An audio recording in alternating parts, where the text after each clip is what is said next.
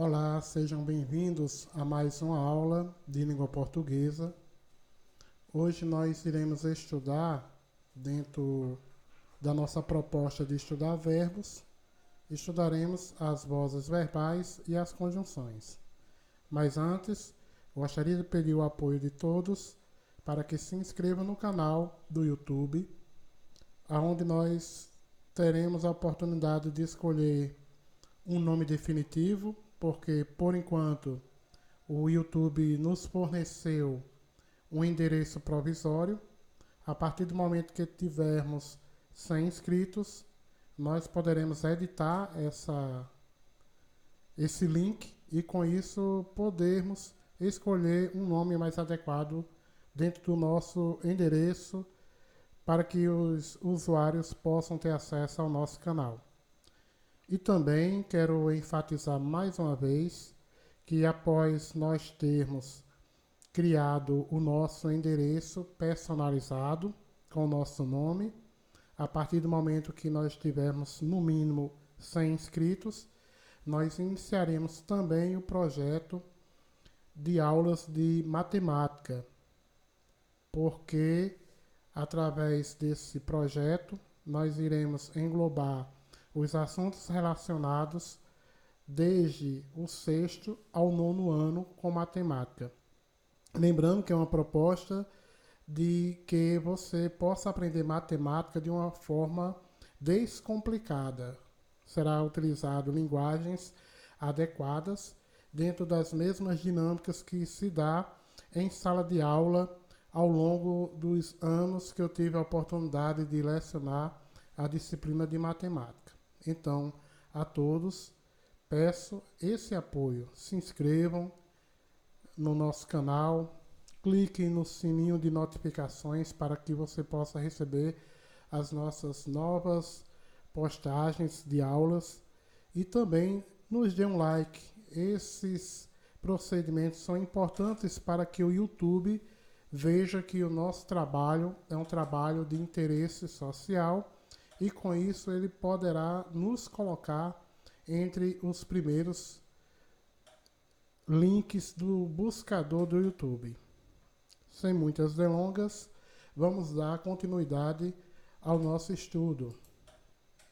Nas aulas anteriores, nós vimos toda a estruturação sobre o estudo de verbos. Vimos a estrutura, como o verbo é estruturado em radical e vogal temática. Vimos também sobre a questão das flexões verbais, que se flexiona em número e em pessoa, ambos no singular e no plural. Vimos também os tempos verbais, presente, passado e futuro. Eu enfatizei nas aulas anteriores que esse passado ele passa a fazer parte de um grupo também que exige um pouco de atenção, que são os pretéritos. O passado, existe 3 situações do passado: pretérito perfeito, imperfeito e mais que perfeito. E também em relação ao futuro, futuro do presente e futuro do pretérito. Lembrando que essas aulas são aulas conceituais, mas que nós vamos, em aulas futuras, esmiuçar todas essas estruturas aqui. Nós vamos compreender a praticidade de, por exemplo, o que é um pretérito perfeito, o que é um imperfeito e assim por diante, dentro das exemplificações. Lembrando a todos que o nosso estudo é passo a passo, sem muita preocupação. Nós iremos aprender de uma forma descontraída e dentro de uma linguagem adequada para que você, aluno, possa compreender. E agora nós vamos conhecer sobre as vozes verbais. O que são as vozes verbais? As vozes verbais é a maneira no qual aquele verbo será feito a ação. Quem é o causador dessa ação? Então, diante desse causador dessa ação, por exemplo, o verbo estudar. Imagine que eu estou falando para alguém, por exemplo, a seguinte oração: estudei ontem até a meia-noite. Então, o verbo é estudar. No tempo passado, vamos, como eu falei, não vamos nos atentar por enquanto que tipo de pretérito é esse, que tipo de passado é esse. Então, eu estarei de início trabalhando sempre no modo verbal do indicativo.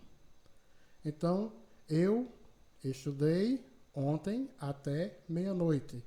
Se o verbo é o verbo estudar, quem foi que causou essa ação? Foi uma pessoa, fui eu. Eu estudei. Então, por esse motivo, nós temos a estruturação das vozes verbais, como por exemplo, ativa, a voz verbal. Ativa é quando a gente pratica essa ação. Quando eu falei no meu exemplo oral, eu estudei ontem até meia-noite, quem foi o agente? Foi a pessoa eu.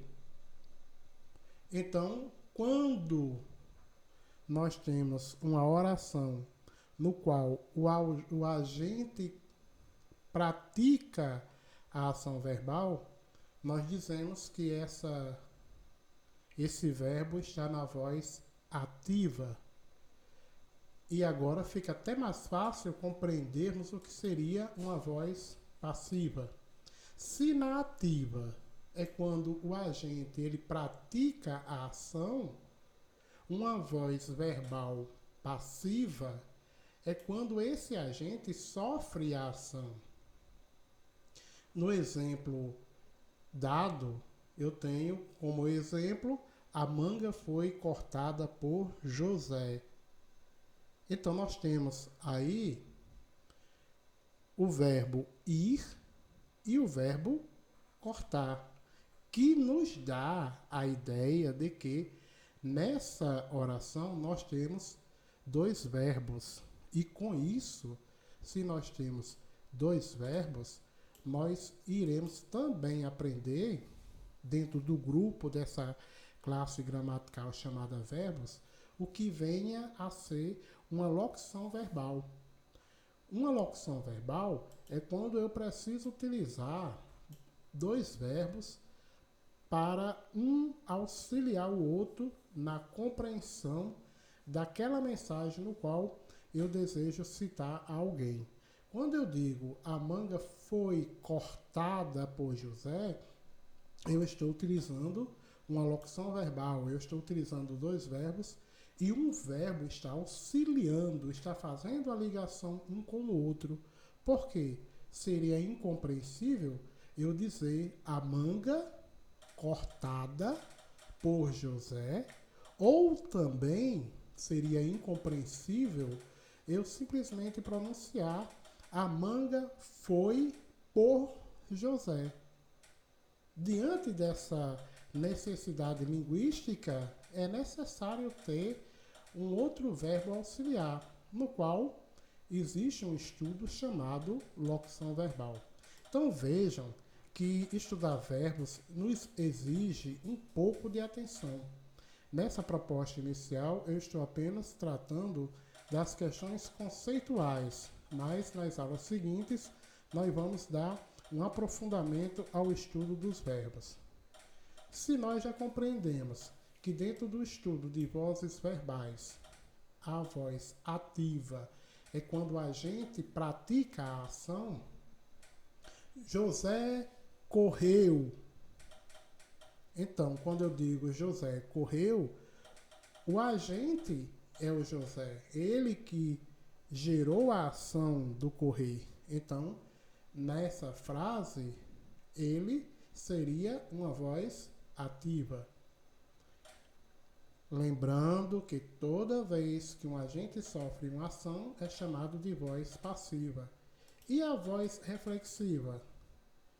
Quando nós nos deparamos com os livros didáticos, muitas vezes não compreendemos a língua portuguesa porque ela é exposta de uma maneira que não faz a ligação para que nós possamos compreender. Por isso a proposta de apresentarmos as nossas aulas através de videoaulas no nosso canal do YouTube, visa fazer com que você, aluno, consiga compreender que existe um entrelaçamento. Mas esse entrelaçamento, você precisa compreender qual é a função de cada um desses conceitos. Se eu já sei que o agente, que é quem causa, quem pratica uma ação, eu posso ter a voz ativa quando ele pratica a ação, eu posso ter a voz passiva quando esse agente sofre ação. E quando é que essa voz é reflexiva? É quando esse agente ele causa a ação, ele pratica a ação e ao mesmo tempo ele sofre a ação. Ou seja, essa ação ela ocorre sobre si mesmo.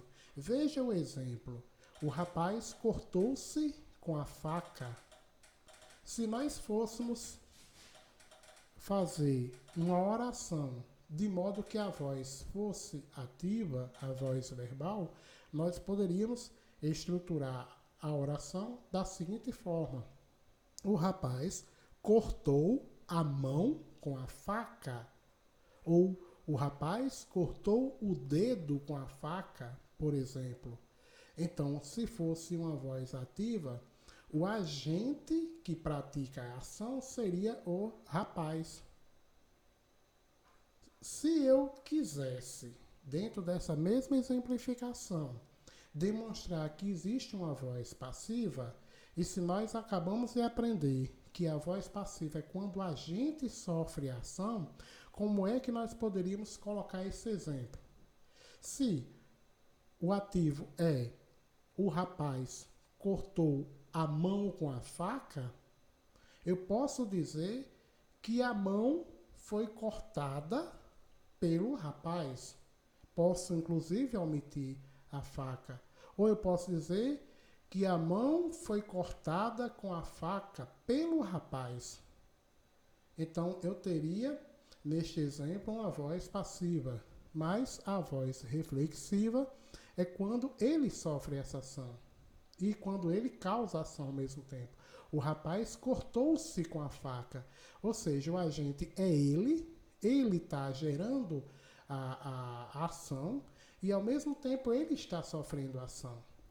Então veja que não é difícil aprender o que é uma voz reflexiva.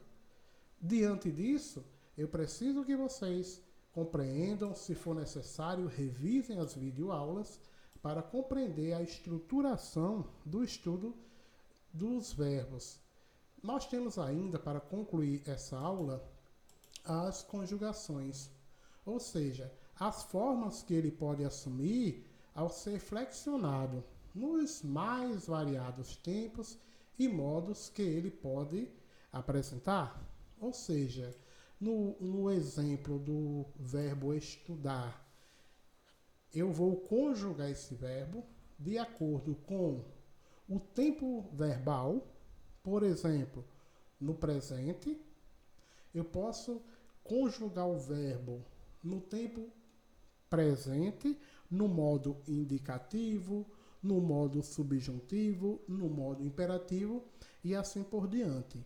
Nas próximas videoaulas, nós começaremos a subir a escadinha.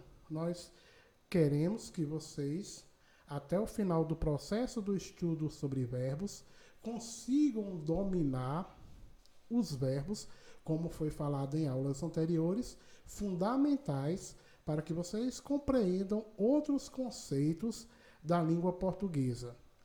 Então, nas próximas aulas, nós vamos começar a conjugar os verbos. Desejo a todos bons estudos. Revisem se necessário. Se acharem importante, podem pesquisar em outras fontes.